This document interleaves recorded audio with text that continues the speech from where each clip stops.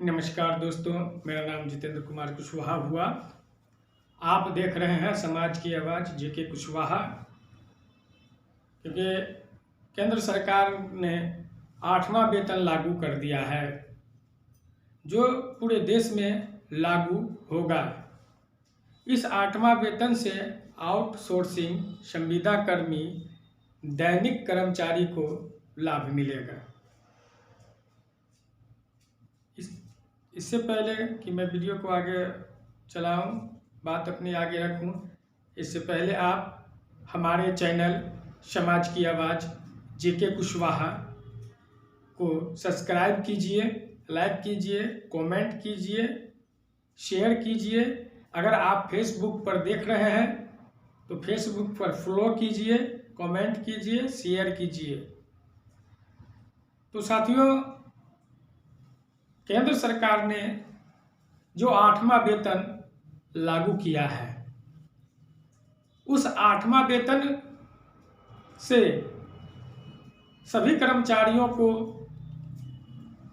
18,000 से 46,000 तक वेतन मिलेगा। ये 8वां वेतन जो लागू होगा 2024-25 से लागू होगा। संविदा कर्मी, आउटसोर्सिंग, दैनिक कर्मचारियों को तो लाभ मिलेगा। हम कहना चाह रहे हैं कि आज जो अनुरक्षक हैं बिहार के अंदर में, उनको किस कर्मी का दर्जा दिया गया है? हम दैनिक कर्मचारी हैं, आउटसोर्सिंग है या संविदा कर्मी है? हमें किस कर्मी को में किस श्रेणी में रखा गया है? आज तक किसी ने इस पर पहल नहीं किया है, लेकिन आज से हम लोगों को एक पहल करनी होगी कि हमें विभाग से यह जानकारी लेना होगा कि हमें किस श्रेणी में रखा गया है, कौन सा कर्मी का दर्जा दिया गया है। हमें ट्रेनिंग भी दिया गया है, कुशल, अकुशल, अर्धकुशल सभी लोगों को सर्टिफिकेट भी दिया गया है। लेकिन उस सर्टिफिकेट में यह भी अंकित नहीं है कि हम किस श्रेणी में आते हैं।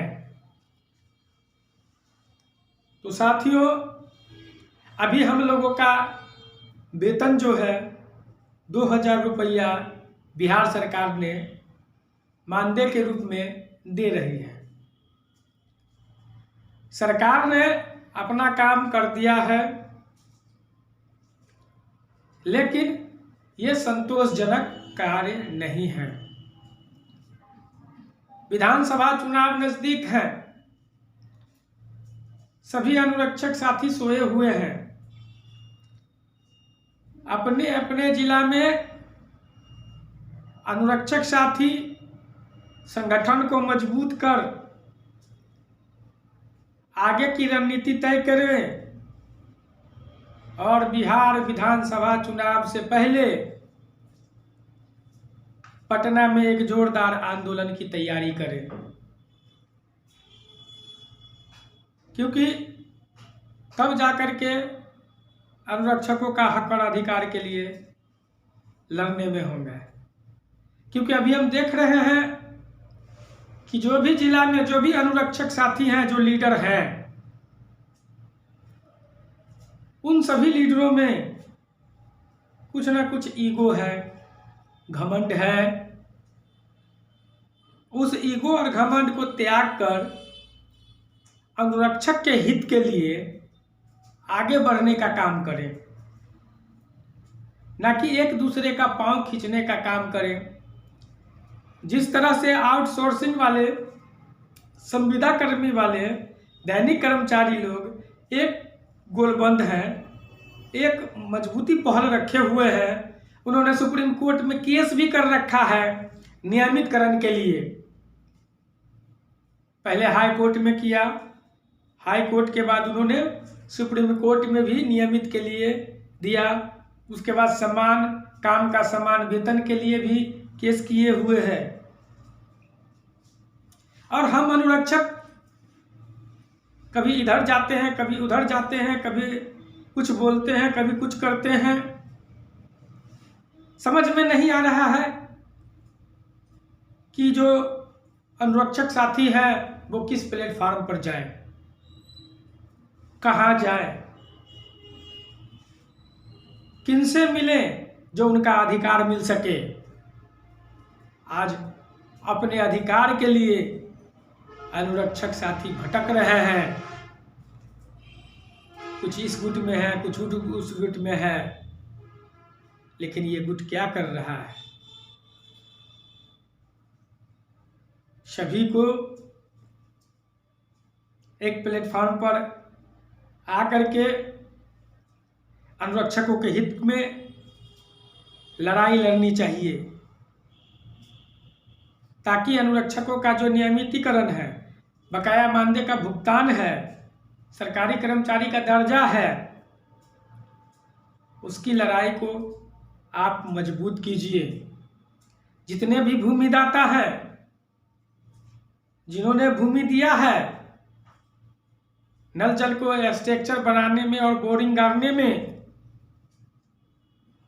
उनके परिवार को भी अनुकंपा के आधार पर अनुरक्षक में नौकरी देने का काम कराना चाहिए और इस पर पहल करना चाहिए। इसलिए सभी साथी को जो 8वां वेतन लागू हुआ है, उसके माध्यम से सभी लोगों को जागरूकता फैलानी है और जागरूकता फैला के अनुरक्षकों को गोलबंद करना है, अनुरक्षकों को एकजुट करना है और एकजुट करके आगे की लड़ाई लड़ना है। क्योंकि हम अनुरक्षकों को वार्ड सदस्य या पंचायत के मुखिया या पंचायत के पंचायत सचिव ही हम लोगों को अलग किए हुए हैं, हम लोगों को मान सम्मान नहीं देते हैं, हमारे बकाया वेतन नहीं दे रहे हैं। तो उसके लिए भी तैयार होइए, एक प्लेटफॉर्म पर आइए, एकजुटता बनाइए